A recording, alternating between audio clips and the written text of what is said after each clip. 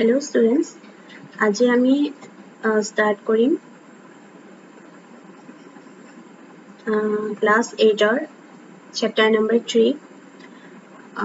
chapter টোৰ নাম হৈছে চতুৰ্ভুজ class এই chapter টোৰ first topic টো আমি চাব লাগিব হেতু হৈছে বহুভুজ বহুভুজ কি হয় হে কথা আমি চাব লাগিব এতিয়া আমি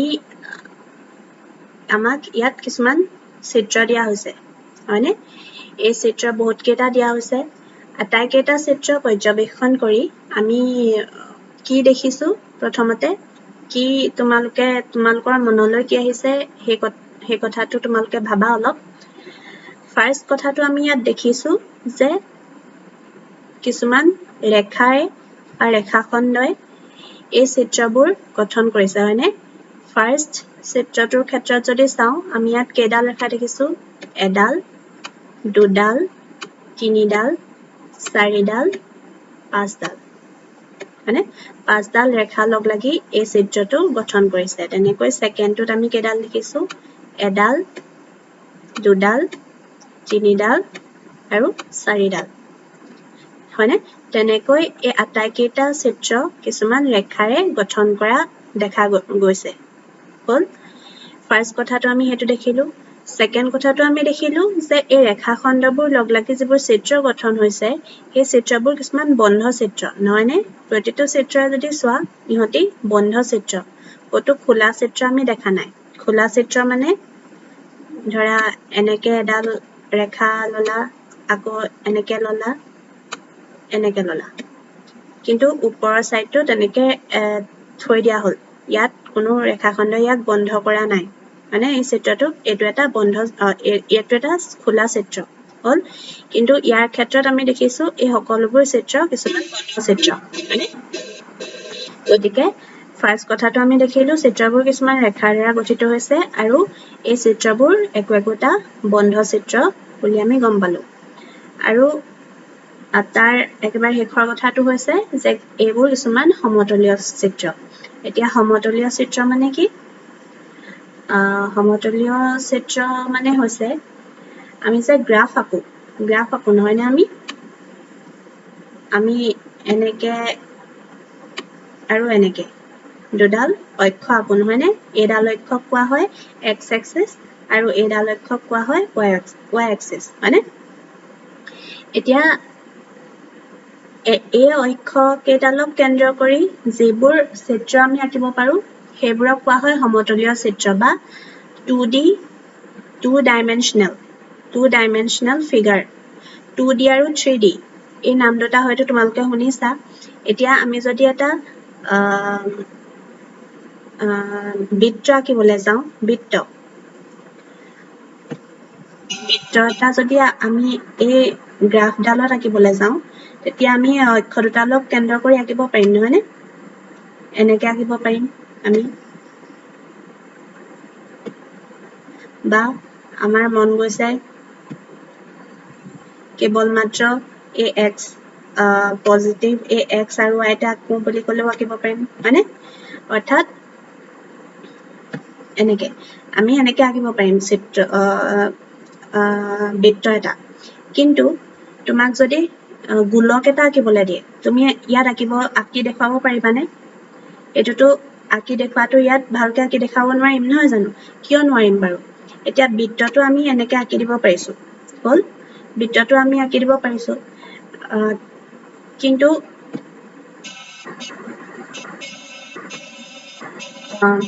গোলকটো আমি আঁকিব নোৱাৰো কাৰণ গোলকটো হৈছে এটা 3D structure এতিয়া 3D মানে কি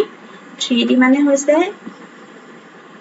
গোলকটোৰ ক্ষেত্ৰত কেনেকুৱা হয় বৃত্ত আৰু গোলকৰ মাজৰ এতিয়া পাৰ্থক্যটো কি বাৰু বৃত্তটো এনেকে এটা গোল এটা বস্তু কিন্তু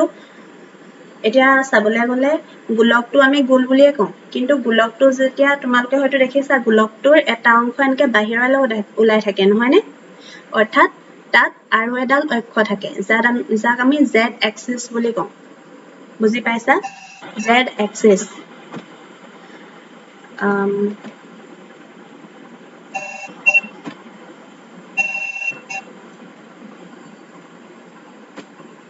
এডাল হৈছে x এক্সিস হ'ল এডাল y এক্সিস এইকেইডাল আমি ভালকে আঁকিব পাৰোঁ এতিয়া এই মধ্যবিন্দুটোৰ পৰা এডাল এনেকে বাহিৰৰ ফালে ওলাই আহিব z এক্সিসডাল এতিয়া হেডাল আমি কেনেকৈ আঁকিম ইয়াত আমি ভালকে দেখাব নোৱাৰো কিন্তু ৰিপ্ৰেজেন্ট কৰিবলৈ আমি কেতিয়াবা এনেকে আঁকি দেখাও ৰিপ্ৰেজেন্ট কৰিবলৈ ঠিক আছে কিন্তু কথাটো হ'ল x এক্সিসডাল এইখন ধৰা প্লেনখন বা কাগজখন যেখনত আমি আঁকিছো এনেকে থাকিব x এক্সিসডাল এনেকে থাকিব y এক্সিসডাল আৰু z এক্সিসডাল ইয়াৰ পৰা এনেকে ওলাই আহিব বাহিৰৰ ফালে ওলাই আহিব এনেকে যেটো আমি কাগজখনত আঁকি দেখাব নোৱাৰিম কিয় বাৰু কাগজখনত কিয় আঁকি দেখাব নোৱাৰো কাৰণ কাগজখন নিজে এখন 2D স্ট্ৰাকচাৰ 2 ডাইমেনশনাল স্ট্ৰাকচাৰ ইয়াৰ কেৱল x আৰু y এক্সিস ডালৰ ওপৰত কেন্দ্ৰ কৰি এই কাগজখন থাকে আমি যেখনত আঁকো কাগজ হক বোৰ্ড হক এবোৰ সব 2 ডাইমেনশনাল স্ট্ৰাকচাৰ কাৰণ ইহঁতৰ বাহিৰলৈ ওলাই অহা এটা পোৰশন নাথাকে হয়নে ই এটা ফ্ল্যাট সমতলীয় এটা চিত্ৰ এতিয়া এই চিত্ৰবোৰ এই গোটেই চিত্ৰবোৰ কিছুমান সমতলীয় চিত্ৰ কাৰণ আমি ইয়াক এই কাগজখনত আঁকি দেখুৱাছো মানে ইয়াৰ কেৱল দুডাল এক্সিস আছে x এক্সিস আৰু y এক্সিস সেই এক্সিস দুডালক কেন্দ্ৰ কৰি এই গোটেই চিত্ৰবোৰ অঁকা হৈছে মানে গতিকে ইহঁতি কিছুমান 2 ডাইমেনশনাল স্ট্ৰাকচাৰ বা সমতলীয় চিত্ৰ গতিকে আমি বহুভুজবোৰৰ ক্ষেত্ৰত তিনিটা কথা পালো এটা ফাৰ্ষ্টটো আছিল যে ইহঁতে কিছুমান ৰেখাৰে গঠিত হৈছে আৰু সেকেন্ড কথাটো হ'ল ইহঁতে কিছুমান আবদ্ধ চিত্ৰ বা বন্ধ চিত্ৰ আৰু সৰল চিত্ৰ সকলোবোৰ সৰল দেখিছানে তোমালোকে ইয়াত একো কমপ্লেক্স বা বৰ জটিলতা নাই মানে চিত্ৰবোৰত সকলো কিছুমান সৰল চিত্ৰ কেৱল কিছুমান ৰেখা আছে ৰেখাবোৰ লগ লাগি বন্ধ হৈছে চিত্ৰটো আৰু তেনেকৈ চিত্ৰবোৰ গঠন হৈছে হ'ল এইবোৰ কিছুমান সৰল আৰু বন্ধ চিত্ৰ আৰু থাৰ্ড কথাটো হৈছে যে ইহঁতে কিছুমান সমতলীয় চিত্ৰ হ'ল গতিকে সেই কথা কেইটাকে এতিয়া ইয়াত কোৱা হৈছে চিত্ৰবোৰৰ পৰা কি মন কৰিলা ফাৰ্ষ্ট কথাটো আমি মন কৰিলো যে চিত্ৰবোৰ সমতলীয় তাৰ পিছত চিত্ৰবোৰ ৰেখাখণ্ডৰ গঠিত ৰেখাৰ সংখ্যা সসীম আৰু থাৰ্ড কথাটো হৈছে চিত্ৰবোৰ সৰল আৰু বন্ধ এই কথাকেইটা আমি বুজি পালো এতিয়া বহুভুজৰ সংজ্ঞাটো ইয়াত কেনেদৰে দিছে চোৱা বহুভুজৰ সংজ্ঞাটো দিছে এতিয়া ইয়াত এনেদৰে সসীম সংখ্যক ৰেখাখণ্ডৰে গঠিত সৰল বন্ধ সমতলীয় চিত্ৰক বহুভুজ বোলা হয় হ'ল সসীম সংখ্যক ৰেখাখণ্ডৰে গঠিত সৰল বন্ধ সমতলীয় চিত্ৰক বহুভুজ বোলা হয় এই কথাটো আমি ইতিমধ্যে পঢ়িলো সসীম সংখ্যক এতিয়া এই যে চিত্ৰবোৰ আছিলে ইহঁতৰ সসীম সংখ্যক ৰেখাখণ্ডে আছে হয়নে অৰ্থাৎ সসীম মানে কি সসীম আৰু অসীম দুইটা বিপৰীত শব্দ নহয় জানো অসীম মানে যিবোৰ গণনা কৰিব নোৱাৰি অসীম সংখ্যক থাকে বহুত আৰু গণনা কৰিব নোৱাৰি আৰু সসীম সংখ্যক মানে হৈছে যিবোৰৰ গণনা কৰিব পাৰি লিমিটেড নাম্বাৰছ থাকে যিবোৰ আমি গণনা কৰিব পাৰো চাই ক'ব পাৰো যে এটো ইমান আছে এতিয়া এই চিত্ৰবোৰৰ ক্ষেত্ৰত আমি দেখিছো ফাৰ্ষ্ট চিত্ৰত আমি 5 ডাল ৰেখা দেখিছো সেকেন্ডটোত 4 ডাল দেখিছো থাৰ্ডটোতো 4 ডাল দেখিছো ফৰ্থটোত 5 ডাল দেখিছো তেনেকে এই গোটেই চিত্ৰবোৰক যদি আমি চাও ইয়াত আমি গণনা কৰিব পৰা অৱস্থাত আছে ৰেখাবোৰ হয়নে চিত্ৰবোৰ যিবোৰ ৰেখাই গঠিত হৈছে কেইডাল ৰেখা আছে হেতু আমি গণনা কৰিব পাৰো গতিকে সেই কথাটোকে কোৱা হৈছে ইয়াত সসীম সংখ্যক ইয়াত ৰেখা আছে সসীম সংখ্যক ৰেখাখণ্ডৰে গঠিত এটা সৰল সেই কথাটো আমি গম পালো যে চিত্ৰবোৰ সৰল বন্ধ চিত্ৰ আমি সেই কথাটো গম পালো আৰু সমতলীয় চিত্ৰবোৰক বহুভুজ বোলা হয় গতিকে বহুভুজৰ সংজ্ঞা হৈছে এইটোই তাৰ পিছত এটা তিনটা চিত্ৰ দিয়া হৈছে আৰু এই চিত্ৰবোৰ বহুভুজ নহয় ইয়াত কাৰণ কেইটাও দি দিয়া হৈছে কাৰণ কেইটা কি নাম্বাৰ 1 যেটো চিত্ৰ আছে এটো হৈছে এটা সৰল চিত্ৰ বুলি আমি ইয়াক ক'ব নোৱাৰো অলপ কমপ্লেক্স হয়নে ইয়াত এই তিনিডাল ৰেখা তোমালোকে দেখিছা তিনিডাল ৰেখা লগ হৈছে আকৌ ৰেখা কেইডাল এক্সটেন্ড কৰি বাহিৰলৈ বহাইও দিয়া হৈছে হয়নে আৰু লগতে বহাই দিলে আৰু এইটো বন্ধও নাই কৰা হয়নে এইখিনি খোলা হৈ আছে এই চিত্ৰটো গতিকে ই এটা সৰল চিত্ৰ নহয় গতিকে ই এটা বহুভুজ নহয় সেকেন্ড আৰু থাৰ্ড যেকেইটা চিত্ৰ দিছে সেইকেইটা বন্ধ কৰি থোৱা নাই নহয়নে চিত্ৰকেইটা খোলা চিত্ৰ এইকেইটা আবদ্ধ চিত্ৰ নহয় এইডোখৰ খোলা হৈ আছে ইয়াৰ এইটো খোলা হৈ আছে বন্ধ হোৱা নাই গতিকে এইকেইটা বহুভুজ নহয় বহুভুজ হ'বলৈ যেকেইটা কণ্ডিশ্যন লাগিব অৰ্থাৎ এই তিনিটা এইটো আৰু এইটো এই তিনিটা যদি ফলো কৰে ফুলফিল কৰে তেতিয়াহে এটা বহুভুজ হ'ব যি এই চিত্ৰকেইটাই সেই কণ্ডিশ্যন কেইটা ফুলফিল কৰা নাই গতিকে এই চিত্ৰকেইটা একোটা বহুভুজ নহয় হ'ল এতিয়া বহুভুজৰ নামাকৰণ আমি কেনেকৈ কৰিম সেইটো চাব লাগিব বহুভুজৰ নামাকৰণ বোৰ কৰা হয় বাহুৰ সংখ্যা বা শীৰ্ষবিন্দুৰ সংখ্যা বাহুৰ সংখ্যা বা শীৰ্ষবিন্দুৰ সংখ্যা একেটাৰ সংখ্যাৰ ওপৰত বাহু আৰু শীৰ্ষবিন্দুৰ সংখ্যাৰ ওপৰত নিৰ্ভৰ কৰি ইহঁতৰ নামাকৰণ কৰা হয় আৰু আটাইতকৈ সৰু বহুভুজটো পাওঁ আমি ত্ৰিভুজ কাৰণ ইয়াৰ বাহু আৰু শীৰ্ষবিন্দুৰ সংখ্যা কিমান তিনিটা ত্ৰিভুজৰ বাহু আৰু শীৰ্ষবিন্দুৰ সংখ্যা তিনিটা এই কথাটো আমি জানো এতিয়া তিনিটা বিন্দু বা বাহুৱে এটা বহুভুজ গঠন কৰিব পাৰিব আটাইতকৈ সৰু তিনিটা শীৰ্ষবিন্দু বা বাহুৱে এটা বহুভুজ গঠন কৰিব পাৰিব তাতকে কম শীৰ্ষবিন্দু বা বাহু যদি আমি লওঁ ধৰা দুটা শীৰ্ষবিন্দু ললো হ'ল দুটা শীৰ্ষবিন্দু ললো তেতিয়া আমি এটা বহুভুজ গঠন কৰিব পাৰিম জানো নোৱাৰো কাৰণ ইয়াৰ পৰা ইয়ালৈ আমি এডাল ৰেখাহে আঁকিব পাৰিম দুটা শীৰ্ষবিন্দু দুটা বিন্দু লগাই আমি এডাল ৰেখাহে আঁকিব পাৰিম আৰু ইয়াতো বেলেগ বাহু আঁকিবলৈ নোৱাৰিমেই এডালে আঁকিব পাৰিম সেইটো কাৰণে আটাইতকৈ সৰু বহুভুজ গঠন কৰিব পৰা সংখ্যাটো হৈছে তিনিটা বাহু বা শীৰ্ষবিন্দুৰ সংখ্যা গতিকে আটাইতকৈ সৰু বহুভুজটো হৈছে ত্ৰিভুজ হ'ল তাৰপিছত চাৰিটা বাহু বা শীৰ্ষবিন্দুৰ সংখ্যাই সংখ্যাযুক্ত যিটো বহুভুজ তাৰ নাম হৈছে চতুৰ্ভুজ পাঁচটা শীৰ্ষবিন্দু থাকিলে এইটো হৈছে পঞ্চভুজ ছটা থাকিলে ষড়ভুজ সাতটা থাকিলে সপ্তভুজ আঠটা থাকিলে অষ্টভুজ নটা থাকিলে নৱভুজ আৰু 10টা থাকিলে দশভুজ এইকেইটা হৈছে ইয়াৰ নাম ইয়াৰ প্ৰত্যেকটো একোটা বহুভুজ আৰু ইয়াৰ শীৰ্ষবিন্দু আৰু বা বাহুৰ নামৰ ওপৰত নিৰ্ভৰ কৰি এই বহুভুজবোৰক এই নামাকৰণবোৰ কৰা হৈছে বাহু আৰু শীৰ্ষবিন্দু এই কথাকেইটা যদি তোমালোকৰ ক্লিয়াৰ নাই মই অলপ কৈ দিওঁ বাহু দুডাল বাহু লগ হৈ ঠিক আছে এটা শীৰ্ষবিন্দু গঠন হয়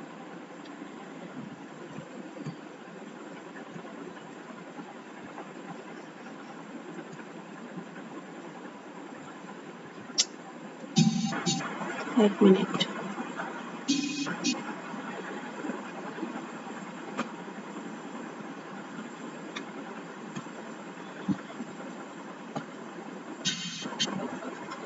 এই দুডাল বাহু হ'লনে এডাল বাহু আৰু এডাল বাহু হ'ল দুডাল বাহু আৰু আমি ইয়াত শীৰ্ষবিন্দু কেইটা পাইছো এটা দুডাল বাহু লগ লাগি এটা শীৰ্ষবিন্দু গঠন কৰে বুজি পাইছা এতিয়া এই ত্ৰিভুজটোৰ ক্ষেত্ৰত যদি চাওঁ এডাল বাহু আৰু এডাল বাহু লগ লাগি এইটো শীৰ্ষবিন্দু গঠন কৰিছে আকৌ এডাল বাহু আৰু এডাল বাহু লগ লাগি এইটো শীৰ্ষবিন্দু গঠন কৰিছে তেনেকৈ এডাল বাহু আৰু এডাল বাহু লগ লাগি এইটো শীৰ্ষবিন্দু গঠন কৰিছে বুজি পাইছা এতিয়া বাহু আৰু শীৰ্ষবিন্দু কাক বোলে দুডাল বাহু লগ লাগি দুডাল বাহু য'ত লগ লাগে সেই বিন্দুটো কোৱা হয় শীৰ্ষবিন্দু হ'ল এই কথাটো মনত ৰাখিবা এতিয়া এই বাহু আৰু শীৰ্ষবিন্দুবোৰৰ ওপৰত নিৰ্ভৰ কৰি এই বহুভুজবোৰ আমি নামাকৰণ কেনেকৈ কৰা হয় সেই কথাটো বুজিলো এতিয়া বহুভুজৰ অন্তঃকোণ আৰু বহিকোণ কোণবোৰ কেনেকুৱা হয় এইবোৰ চাব লাগিব ইয়াৰ A B C D এইটো এটা চতুৰ্ভুজ হয়নে ই এটা বহুভুজ আৰু ইয়াৰ চাৰিটা বাহু আৰু চাৰিটা শীৰ্ষকোণ আমি দেখিছো AB বাহু BC CD আৰু DA এই চাৰিডাল বাহু আৰু শীৰ্ষকোণ কেইটা কি A B angle C আৰু angle D এইকেইটা হৈছে ইয়াৰ কোণ কেইটা হৈছে এইকেইটা angle A angle B angle C angle D আৰু বাহু কেইটা হৈছে AB BC CD DA শীৰ্ষ বিন্দু কোন কেইটা ইয়াৰ AB আৰু AD এই দুডাল বাহু লগ লগাই শীৰ্ষ বিন্দুটো গঠন কৰিলে কোনটো A শীৰ্ষ বিন্দু হয়নে তেনেকৈ B এটা শীৰ্ষ বিন্দু C শীৰ্ষ বিন্দু D শীৰ্ষ বিন্দু অৰ্থাৎ চাৰিডাল বাহু আৰু চাৰিটা শীৰ্ষ বিন্দু আছে ইয়াত গতিকে ই এটা চতুৰ্ভুজ এই বহুভুজটোৰ নাম হৈছে চতুৰ্ভুজ কথাটো আমি বুজি পালো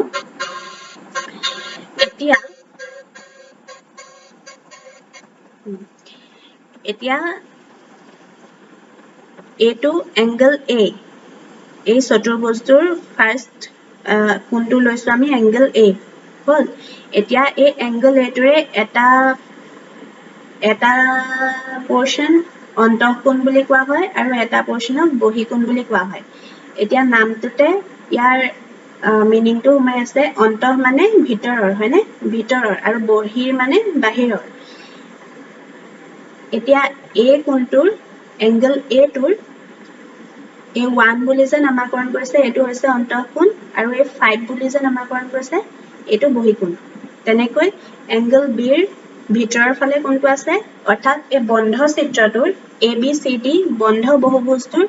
ভিতৰৰ কোনটো আছে ভিতৰৰ পোৰশনটো কোনটো আছে B কোনটোৰ ক্ষেত্ৰত ভিতৰৰ পোৰশনটো আছে 2 বুলি যেটো নামাকৰণ কৰিছে angle 2 গতিকে angle 2 টো হৈছে অন্তঃকোণ আৰু angle 6 টো যেটো বাহিৰৰ ফালে আছে হেতু হৈছে বহিকোণ তেনেকৈ angle C ৰ ক্ষেত্ৰত angle A3 portion 3 বুলি যেটো portion নামাকৰণ কৰিছে কোণৰ হেতু ভিতৰৰ ফালে আছে মানে গতিকে angle 3 টো হৈছে অন্তঃকোণ angle 7 টো হৈছে বহিকোণ তেনেকৈ ইয়াৰ ক্ষেত্ৰত D ৰ ক্ষেত্ৰত angle 4 টো হৈছে অন্তঃকোণ angle 8 টো হৈছে বহিকোণ হল গতিকে অন্তঃকোণ পালো আমি ক্ৰমে angle 1 angle 2 angle 3 angle 4 এইকেইটা হৈছে অন্তঃকোণ আৰু বহিকোণ হৈছে angle 5 angle 6 angle 7 আৰু angle 8 বুজি পাইছা এতিয়া অন্তঃকোণ আৰু বহিকোণৰ ক্ষেত্ৰত এটা কথা তোমালোকে মন কৰা এডাল সৰল ৰেখা হয়নে এডাল সৰল ৰেখা এতিয়া ইয়াৰ পৰা ইয়ালৈকে এই কোণটোৰ মান কিমান হ'ব বাৰু এটো এটা সৰল কোণ নহয়নে আৰু সৰল কোণৰ মান কিমান হয় আমি জানো সৰল কোণৰ মান হয় 180 ডিগ্ৰী হয়নে এটা সৰল কোণৰ মান 180 ডিগ্ৰী অৰ্থাৎ এই angle A এই গোটেইটোৰ মান হ'ব 180 ডিগ্ৰী অৰ্থাৎ ইয়াৰ পৰা আমি কি বুজি পালো ইয়াৰ পৰা আমি বুজি পালো যে এই angle 1 অন্তঃকোণটো আৰু angle 5 এই দুটা মিলি দুইটাৰ যোগফলটো হ'ব 180 ডিগ্ৰী তেনেকৈ ইয়াৰ ক্ষেত্ৰত angle 2 আৰু angle 6 এই দুইটাৰ যোগফলটো হ'ব 180 ডিগ্ৰী তেনেকৈ angle 3 angle 7 এই দুইটাৰ যোগফলটো হ'ব 180 ডিগ্ৰী আৰু angle 4 plus angle 8 এই দুটা মিলি হ'ব 180 ডিগ্ৰী এই কথাটো বুজি পালা এতিয়া অন্তঃকোণ বহিকোণ কাক বোলে আৰু ইয়াৰ লগৰ কনসেপ্টখিনি তোমালোকৰ হেতু ক্লিয়াৰ হৈছে এতিয়া কাৰ্য এটা দিছে তোমালোকক তলতীয়া পঞ্চভুজ আৰু ষড়ভুজৰ অন্তঃকোণ আৰু বহিকোণবোৰ চিনাক্ত কৰা প্ৰয়োজন সাপেক্ষে যিকোনো বাহু বহাই ল'ব পাৰিবা এতিয়া আমি ফাৰ্ষ্টটো এটা পঞ্চভুজ অৰ্থাৎ ইয়াৰ 5টা বাহু আৰু 5টা শীৰ্ষকোণ আছে আৰু সেকেন্ডটো এটা ষড়ভুজ ইয়াৰ 6টা বাহু আৰু 6টা শীৰ্ষবিন্দু আছে হল এতিয়া ইহঁতৰ অন্তঃকোণ আৰু বহিকোণবোৰ আমাক চিনাক্ত কৰিবলৈ কৈছে তাৰ কাৰণে আমি ইহঁতৰ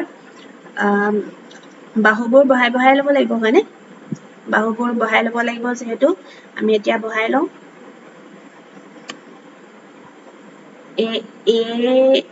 এ পৰা এফালে এডাল এফালে বহাই দিছো সৰলৰেখাডাল বহাই দিছো আমি এফালে তেনেকৈ এ বি এডালকো বহাই দিওঁ এইফালে হ'ল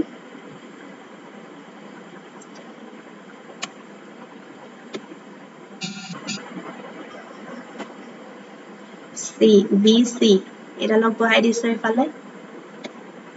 হ'ল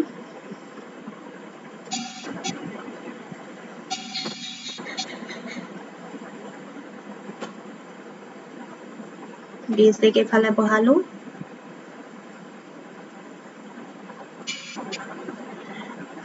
চি ডিক এইফালে বহাই দিম আৰু ডি ইক এইফালে বহাই দিম হ'ল এতিয়া আমি ইয়াৰ অন্তঃকোণ আৰু বহিকোণ কেইটা চিনাক্ত কৰিব লাগে এতিয়া অন্তঃকোণ ইয়াৰ ক্ষেত্ৰত এ শীৰ্ষবিন্দুৰ ক্ষেত্ৰত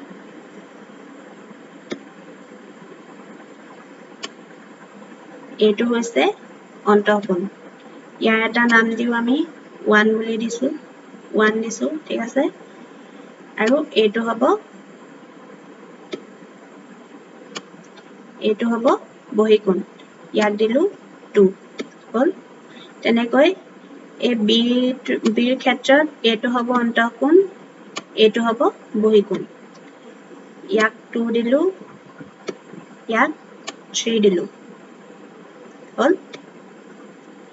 ইয়াৰ ক্ষেত্ৰত চিৰ ক্ষেত্ৰত এইটো হ'ব অন্তঃকোণ আৰু এইটো হ'ব বহিকোণ ইয়াক 4 দিলো অন্তঃকোণটো ইয়াৰ নাম দিলো 5 হ'ল এইটো হ'ল 5 ডিৰ ক্ষেত্ৰত অন্তঃকোণটো হ'ব এইটো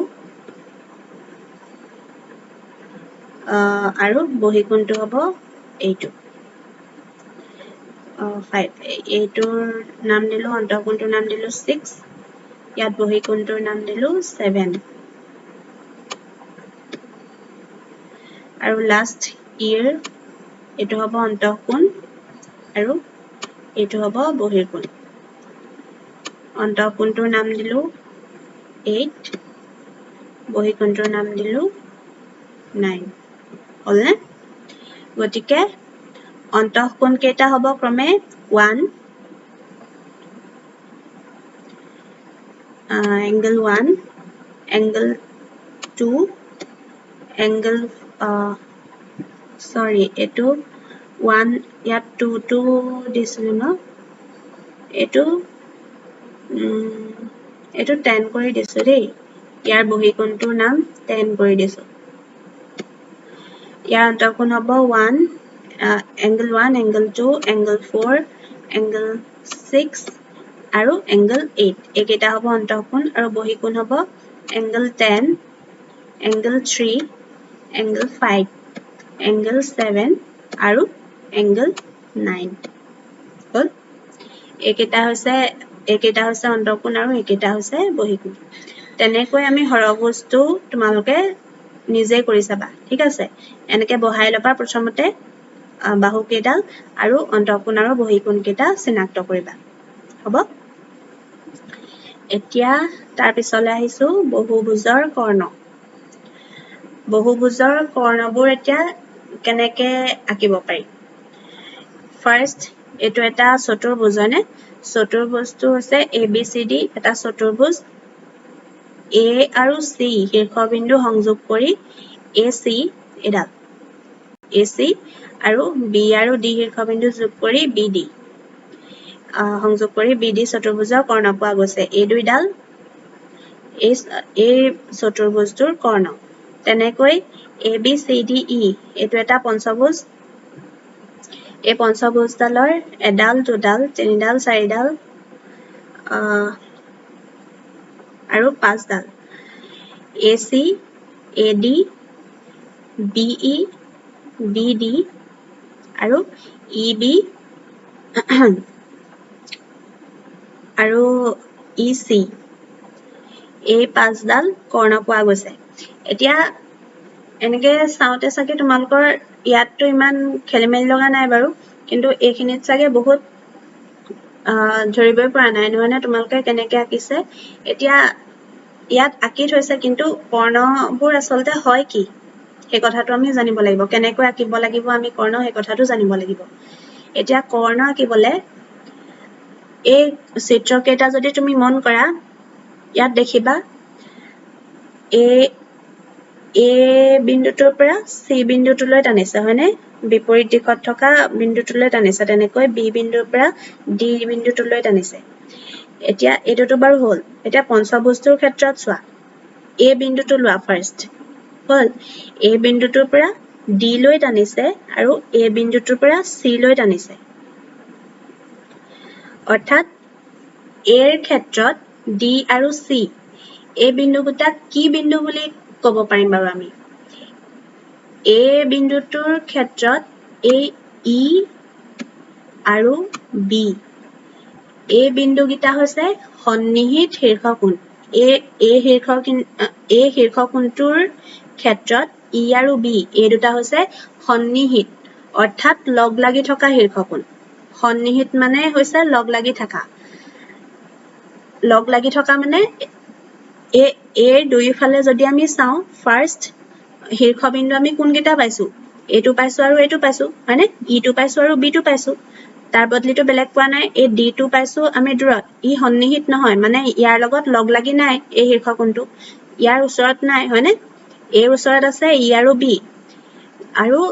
দূৰত আছে সন্নিহিত নহয় যেকেইটা বিন্দু আছে সেইকেইটা হৈছে ডি আৰু সি হয়নে এতিয়া আমি যদি ভালকে মন কৰো এই বিন্দুটোৰ পৰা আমি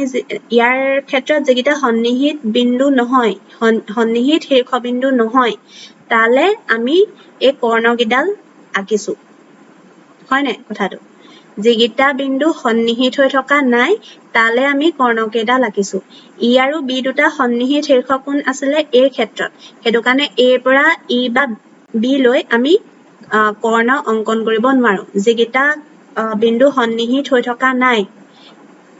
এই বিন্দুটোৰ ক্ষেত্ৰত সেইকেইটালহে আমি কৰ্ণ আঁকিব পাৰিম এই ক্ষেত্ৰত আমি চালো এতিয়া বিৰ ক্ষেত্ৰত চোৱা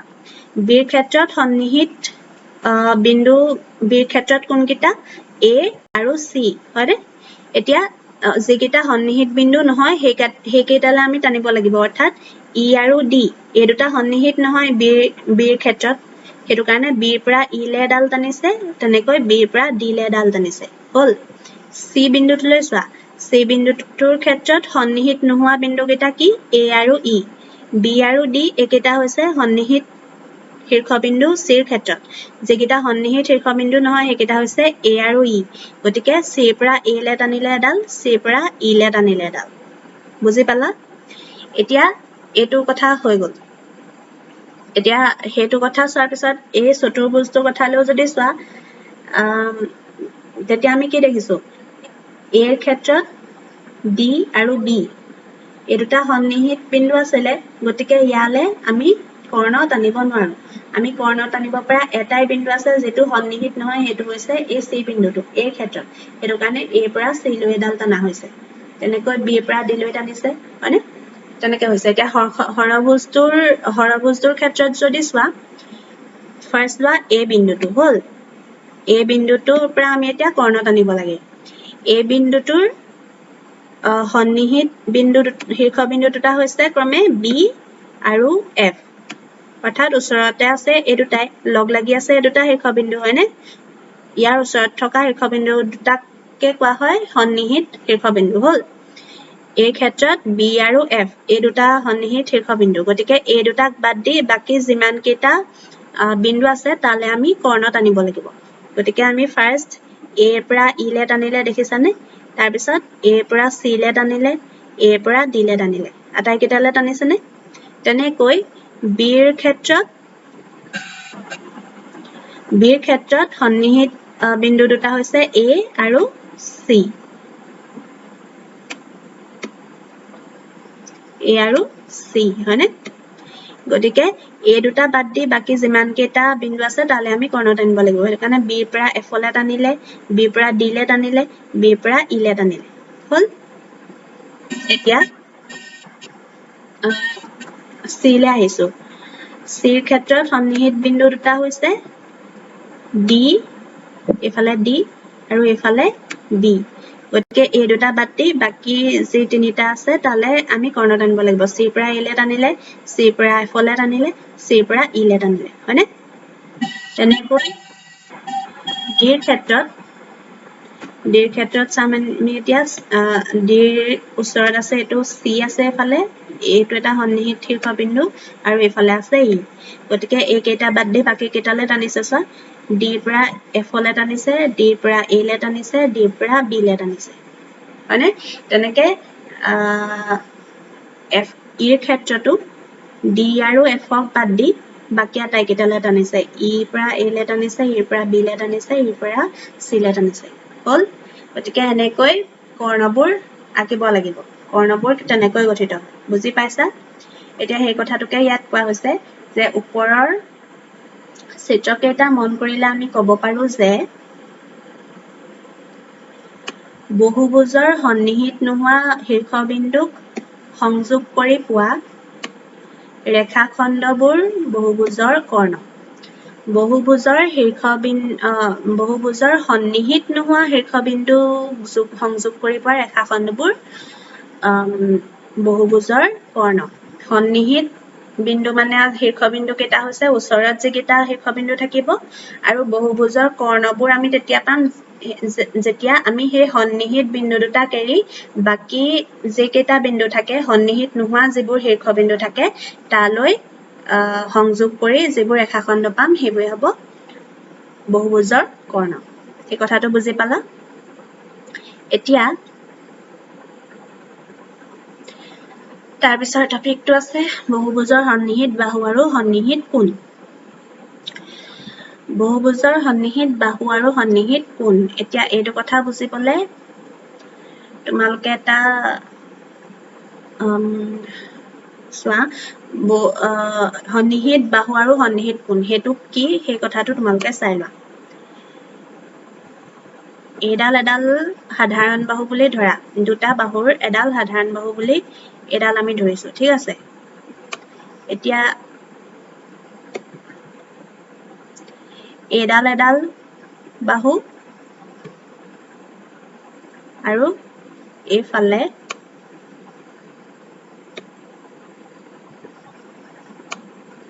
এডাল বাহু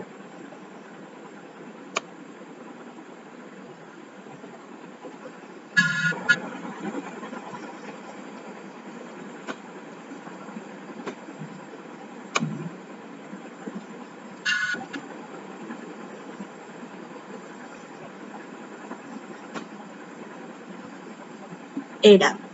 ঠিক আছে আমি এতিয়া নামাকৰণ কৰি দিওঁ এইকেইটাক এডাল O A হল এডাল OA বাহু এডাল হৈছে OB বাহু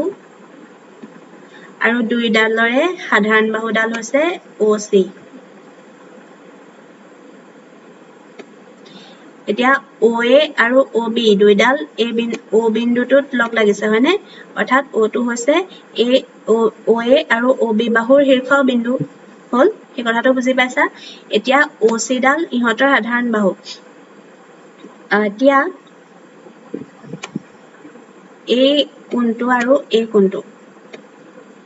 এইটোক যদি আমি 1 আৰু এইটোক 2 বুলি ধৰিছো ঠিক আছে 1 আৰু 2 ধৰিছো এইকেইটাক এতিয়া ইয়াত সন্নিহিত বাহু আৰু সন্নিহিত কোনকেইটা হ'ব হেতু লাগে আমাক এতিয়া ইয়াত সন্নিহিত বাহু হ'ব OA আৰু OB কাৰণ কিয় ইহঁতৰ এডাল সাধাৰণ বাহু আছে যেডাল হৈছে OC তেনেকৈ সন্নিহিত কোণ হ'ব 1 আৰু 2 এংগল 1 আৰু এংগল 2 এই দুটা হ'ব সন্নিহিত কোণ এই চিত্ৰটোৰ ক্ষেত্ৰত ঠিক আছে এতিয়া সন্নিহিত মানে তোমালোকে মনত ৰাখিবা সন্নিহিত ৱৰ্ডটো শুনিলে তোমালোকৰ মনত থাকিব লাগিব যে সন্নিহিত মানে হৈছে লগ লাগি থকা ওচৰা ওচৰি হ'ল ইংলিছত কোৱা হয় এডজাসেন্ট ওচৰা ওচৰি যে যাতে এডজাসেন্ট মানে এইটো পাৰ হলে এইটো পাম আমি এতিয়া এই এংগল 1 টো পাৰ হলে আমি এংগল যেটো পাম দুইটা লগ লাগি আছে নহয় জানো সেইটো কাৰণে ইয়াক কোৱা হয় সন্নিহিত কোণ তেনেকৈ এই এংগল A আৰু এংগল B এই দুটা হৈছে সন্নিহিত বাহু কাৰণ ইহঁতৰ এটা এংগল A এৰ শীৰ্ষবিন্দুটোতে এংগল B ডালো আছে হয়নে দুইডাল লগ লাগি আছে মানে সেইটো কাৰণে ওচৰা ওচৰিকে আছে হয়নে সেইটো কাৰণে এংগল A বাহু AB আৰু বাহু OA আৰু বাহু OB এই দুইটা হৈছে সন্নিহিত বাহু এতিয়া সন্নিহিত বাহু আৰু সন্নিহিত কোণ এই দুটাৰ কনসেপ্টটো হয়তো তোমালোকৰ ক্লিয়াৰ হৈছে এটাই মনত ৰাখিবা ওচৰা ওচৰিকে থকা যিবোৰ কোণ আৰু যিবোৰ বাহু সেইবোৰকে কোৱা হয় সন্নিহিত বাহু আৰু সন্নিহিত কোণ সন্নিহিত মানে হৈছে ওচৰা ওচৰি লগ লাগি থকা হ'ল লগ লাগি থকা মানে হৈছে সন্নিহিত হ'ল এতিয়া কৰাৰ পাছত তোমালোকে পাইছা যে এটা উমৈহতীয়া বাহু থকা দুটা কোণক সন্নিহিত কোণ বোলে উমৈহতীয়া এই চিত্ৰটোৰ ক্ষেত্ৰত এতিয়া উমৈহতীয়া বাহুডাল হৈছে OC দুইটা কোণৰে উমৈহতীয়া বাহু নহয়নে এডাল দুইটা কোণৰ মাজত আছে এডাল দুইটা কোণে এই বাহুডাল চুই আছে হয়নে সেইটো কাৰণে ইয়াক উমৈহতীয়া বাহু বুলি কোৱা হয় OC ডালক এতিয়া উমৈহতীয়া বাহু থকা দুটা কোণক সন্নিহিত এটা উমৈহতীয়া বাহু থকা দুটা কোণক সন্নিহিত কোণ বোলা হয় সেইটো কাৰণে 1 আৰু 2 টো হৈছে সন্নিহিত কোণ কাৰণ ইয়াৰ এডাল উমৈহতীয়া বাহু আছে যেডাল হৈছে OC বহুভুজৰ ক্ষেত্ৰত এটা উমৈহতীয়া বাহু থকা দুটা কোণক সন্নিহিত কোণ হিচাপে লোৱা হয় বহুভুজৰ ক্ষেত্ৰত এটা উমৈহতীয়া বাহু থকা দুটা কোণক সন্নিহিত কোণ হিচাপে লোৱা হয় একেটা কথাই কৈছে উমৈহতীয়া বাহু থকা দুটা কোণক সন্নিহিত কোণ এতিয়া এটো বহুভুজৰ ক্ষেত্ৰতো তেনেকুৱাই হ'ব ঠিক আছে একেদৰে এটা উমৈহতীয়া কৌণিক বিন্দু থকা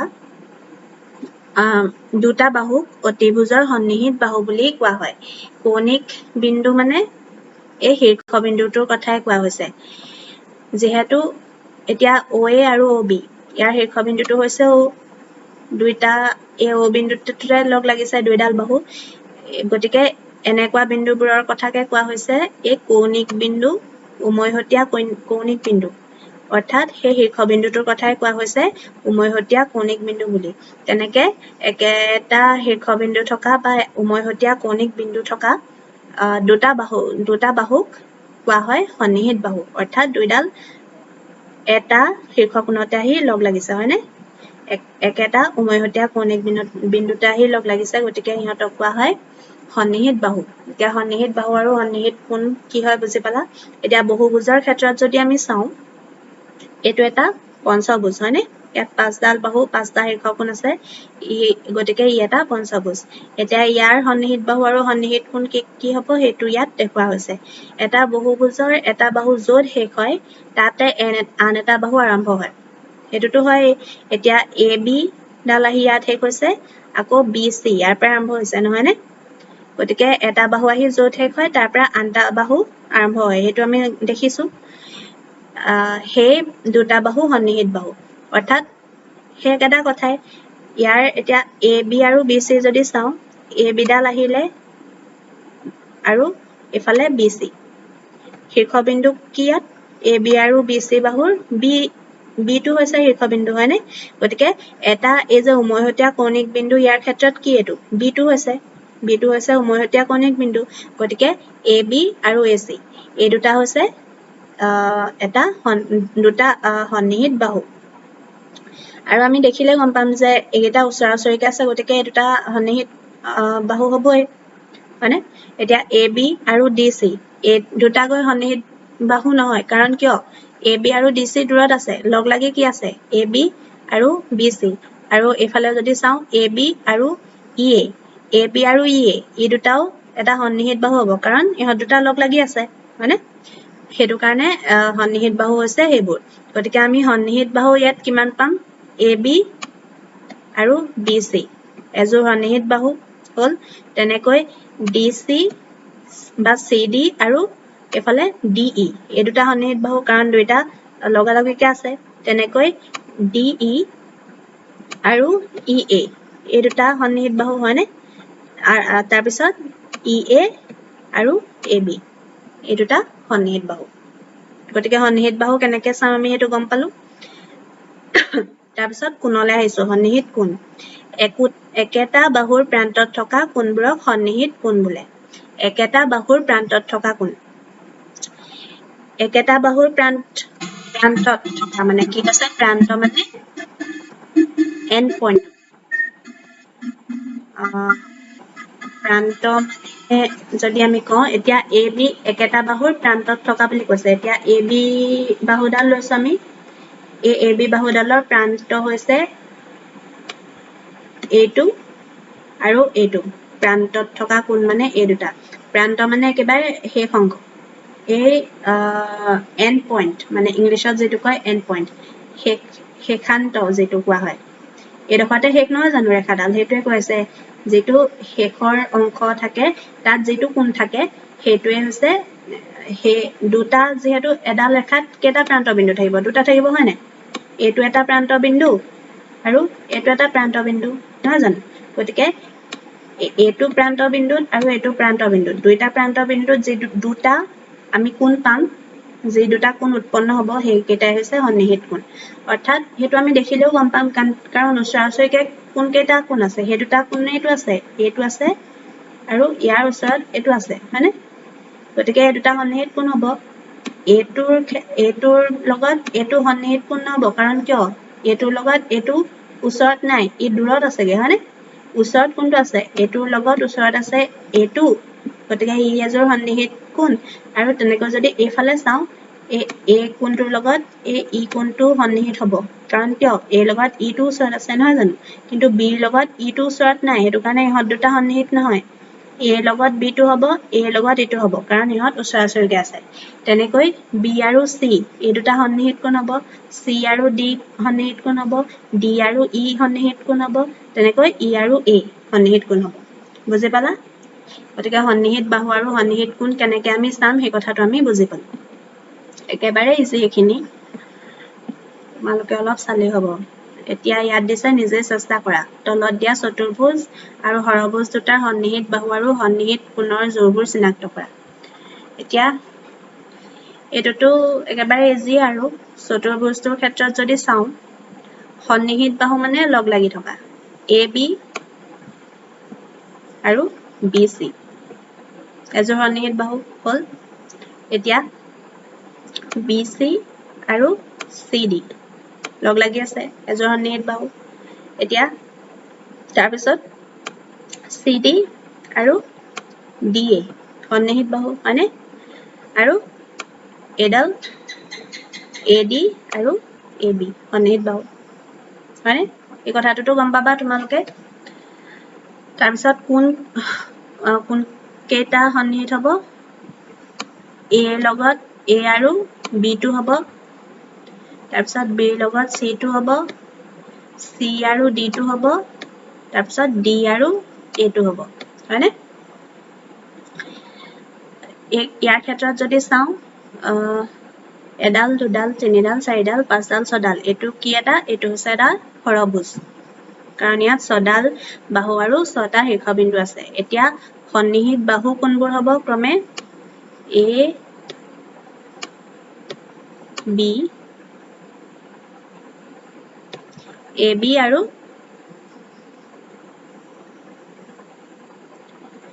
AB হ'ব আৰু BC AB হ'ব আৰু BC হ'ব হয়নে AB হ'ব BC হ'ব তাৰপিছত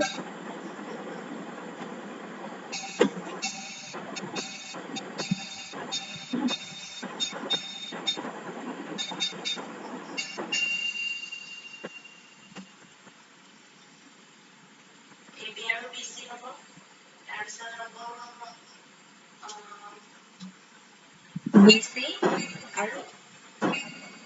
BC আৰু কি হ'ব CD হয়নে তেনেকৈ CD আৰু DE এজন হ'ব তাৰপিছত হ'ব DE আৰু EF এজন হ'ব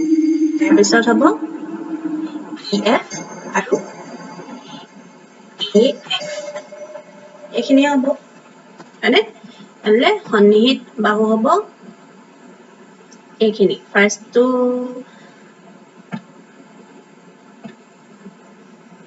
ফাৰ্ষ্টটো হ'ব AB আৰু BC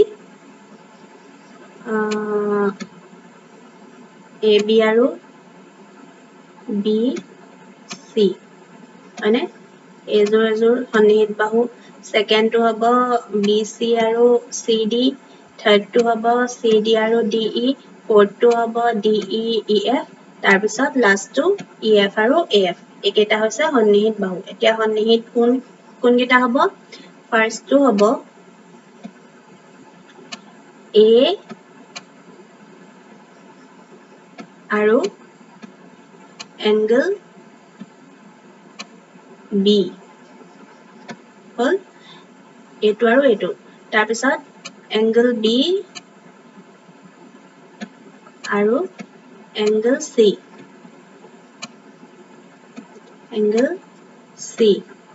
তাৰপিছত হ'ব angle C আৰু angle D তাৰপিছত angle D